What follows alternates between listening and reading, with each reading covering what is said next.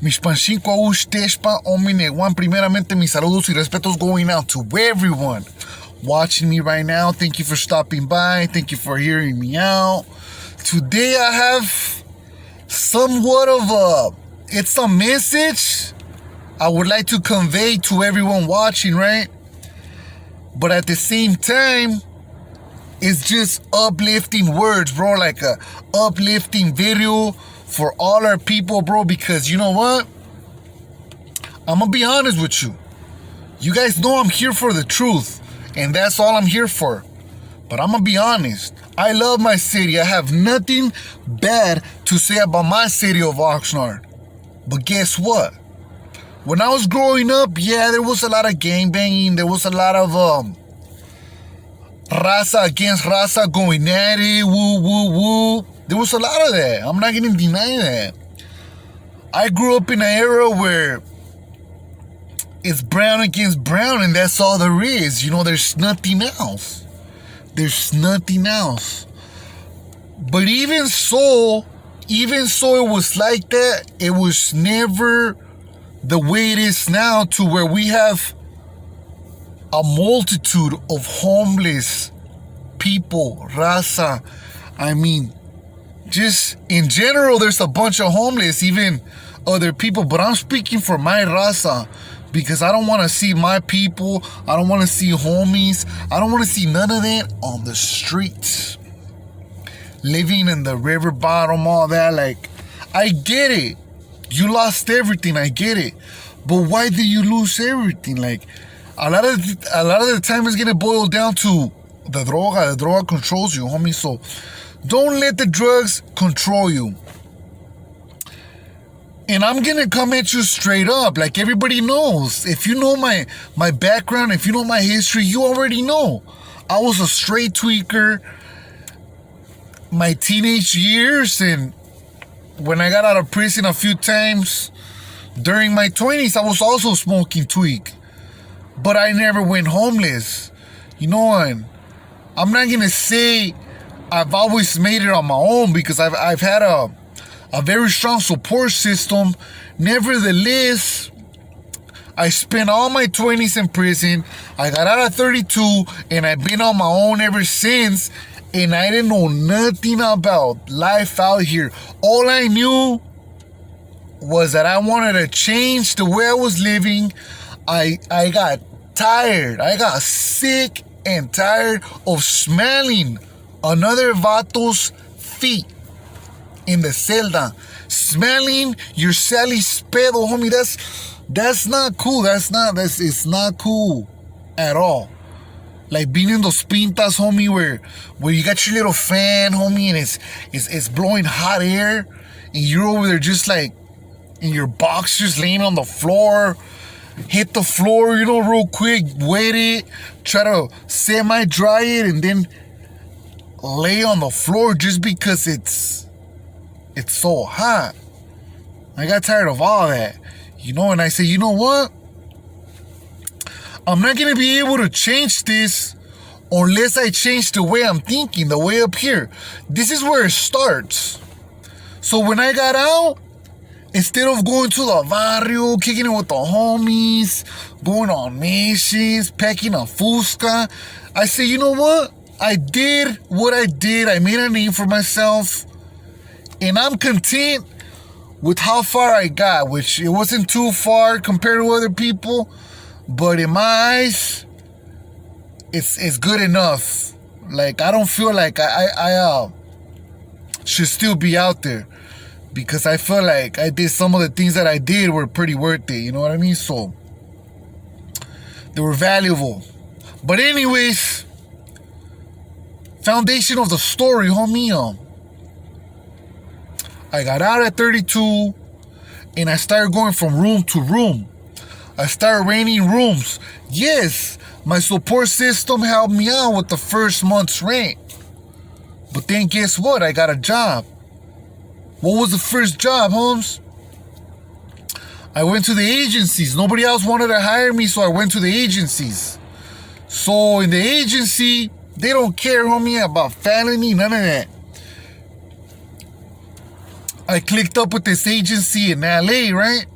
So they started giving me jobs like in Malibu, Conejo Valley, Newberry Park, you know, like all those areas. Like I started picking up trash in the freeway. And meanwhile, like I wanted to go work somewhere else, you know, somewhere where it's going to be stable work. I wanted to get up every morning and go to work. Every Friday I wanted to get my check. But guess what? Spending all your time in prison, spending all your adult life in prison, you don't have work experience. Yeah, you have experience being a cholo. You have experience being a gangster. You have experience being you learn how to talk a little bit more. You know, your vocabulary gets a little bit more extensive. You learn about manipulation. You learn about all that. But you don't learn no job skills. You don't learn, especially if you did the time I did on lockdown. Like, we didn't have no programs whatsoever because my bad luck, I always ended up in places where it was locked down. So you know what? It was hard for me to get hired. I didn't have no ID when I got out. So I had to wait for the ID. So I started going through the agencies, you know, and then I started applying, you know. Parole has this program where they teach you how to apply online, and I think I was using an app called Indeed. And I started applying everywhere. Started going to a lot of interviews, and finally they hire me in landscaping. So all you gotta do with the landscaping companies, because they're gonna pay you minimum wage. They are gonna pay you minimum wage. That's all they're gonna pay you. They don't really care how much you know. They'll probably give you $1 or $2 more, but that's it, bro. They don't want to give you no money. That's how they get paid, you know. So I finally get hired, but this company named Brightview. And the last time I worked was like 2010 for like a month. And back then, the minimum wage was like way low. So when they said $12 an hour, I'm already thinking I'm getting bank. Next thing you know, $12 an hour is minimum wage. Like, I can't even make less than that. So I'm already like, top it off. It was all the way in Agora. I had to drive every day, homie, like 30 something minutes every day, back and forth, spending all my gas money. You know what I mean? So, but guess what? I got myself a room. Now I have a room. And I start buying the little things I need, little by little. I'm paying every month's rent. I get busted for a fight, get out, get another room, still work where I'm at. And finally, I get arrested and I do a 90-day violation, get out. Now I have work experience. I worked 8 months with Brightview, so now I have work experience. So that's what you gotta think about. You gotta sacrifice. It doesn't matter if you're staying in the streets. If you're staying in the streets, then just go stay by your work site, by the yard. Just go over there and navigate your way around, but get to work every day. So after you get to work every day, you're going to start getting checks. So instead of getting drugged down, instead of, I'm going to go get high, you get yourself a room. You start working, get more experience. Then you start applying low-key without your boss knowing. You start applying low-key, and then you go to other companies will hire you for more money. And the more you apply, the more you work, the more you learn. Everything is a learning process, bro. You apply, you're learning how to apply. The fastest way to do it. You go to an interview, you're learning how to talk, and you're learning what they don't want to hear because you failed the last time. But this is the thing, bro. If you stay feeling bad for yourself, if you stay being lazy, if you stay being a slave to the drugs, you're never gonna get nowhere. You're never gonna succeed. You are never gonna get out of the hole where you're at right now, bro. And that's why I'm here, to try to motivate you into getting out of that hole, bro. If I could do it, I have a very messed up criminal record, bro. Very messed up criminal record. I got 2 strikes. I've had cases where in one case alone I had 19 felonies with 19 gang enhancements. Look that up. Do your research and look at what that means. That's a life case, bro. I was facing life cases, multiple, not just one. And now I'm here, bro, but I'm still on GPS. I'm still on the monitor. I'm still on parole. I still got 2 strikes. But guess what, bro? I'm still getting up every day to work. And I'm still trying to change my ways. And I'm still paying my rent. And I'm still paying my bills. So if I could do it, there's no way in the world, bro, that you could come over here and tell me that you can't do it. Why? Why? You gotta stop being a slave to your own addiction. You gotta stay sober. Sober up. Go to work. And I'm gonna give you some free game right here, bro. And with this free game, you're just gonna, if you don't take my advice right now, you're never gonna do nothing with yourself, bro. And I apologize for saying it like that, but this is how you do it. Look, you want to get a job? The easiest thing for people like myself, parolees, criminal record, all that, the easiest thing for you to do, and don't get me wrong, you might have family that's already connected in businesses, whatnot. Well, that's the easy route. If you have it easy, be thankful and go ahead and just do what you gotta do so they can get you in. But if you have it like me, where you don't have anybody that has companies or anywhere where they could hire you, guess what? This is how you do it. Landscaping will hire anyone. All you gotta do is tell them that you used to help your grandpa mow the lawn, and you used to, help the neighbors with their yard work and all that. And they're gonna hire you, they're gonna teach you, they're gonna give you work experience. But how do you get the job? You can't get work experience if you don't have a job.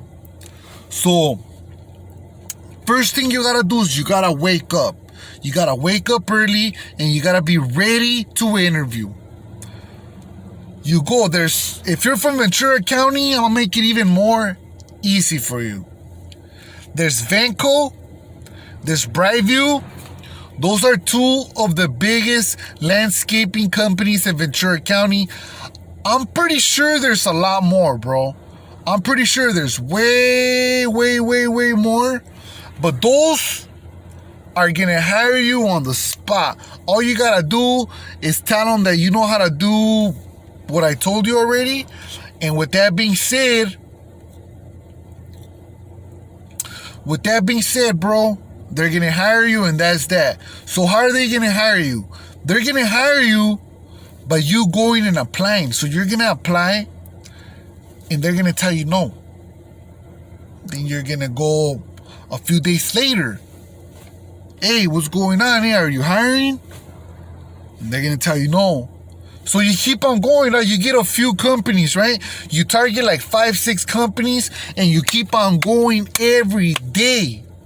Every day. Can I talk to the manager? Who are you? Oh, I'm Juan Rosas. I told you already that we're not hiring. Well, you never know. What if one of your workers died, or what if one of your workers didn't come? What if one of your workers went to jail? And they're gonna tell you, you know what? I already told you we're not hiring. Then you go the next day. Can I talk to the manager? Who's this? Oh, this is Juan Rosas. Bro, I already told you we're not hiring.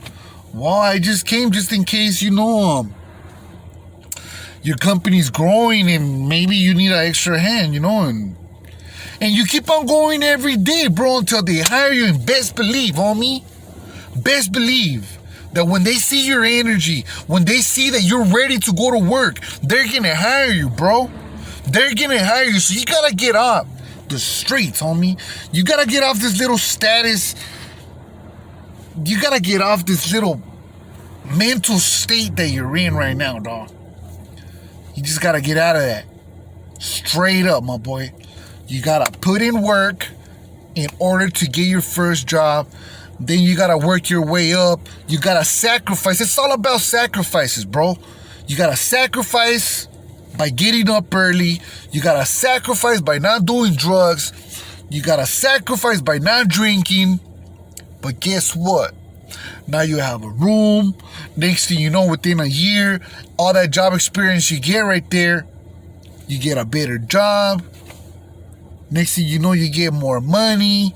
Next thing you know, you find yourself a jainita, you know what I mean? Whatever, you know, you guys go halfers on an apartment. Next thing you know, you're not that vato on the streets, homie, all drugged down, asking people for $5. I don't want to see my raza go out like that. It hurts me, bro. Every time, I swear to God, homie, I swear to God, if it's my last $5 and raza goes up to me, homie, I'll give him my last $5 because I know I still have a check coming. I know I have a job and I know I could get by because I have food at home, all that. And I know what you wanted for. But you know what? In order for me to give you some positive energy, here's my last $5. I don't even care, bro. I be at places, bro, where homeless people go up to me and ask me for money. So the first thing I tell them, bro, like, I don't even care. Tell them, look, I have $5 for you right here. $5. Are you hungry? I'll buy you. Let's go in the store. Because usually when they hit you up, they're outside of the store somewhere, bro. Tell me, hey, look, I got $5. But hey, if you're hungry, I'll buy you something to eat and something to drink. Like, that's not a problem. And you know, a lot of them don't take it for whatever reason, I don't know. But some of them do.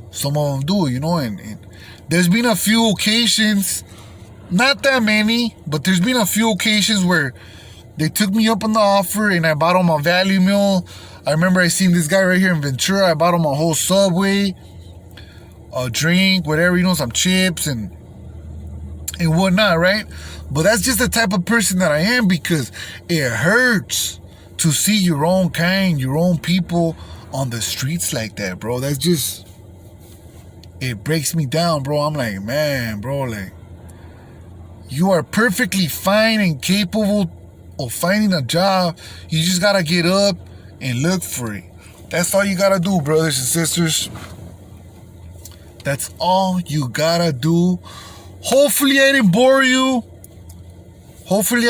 with this video, but I just have to get it out of the way, and hopefully it sends a positive message that somebody will get.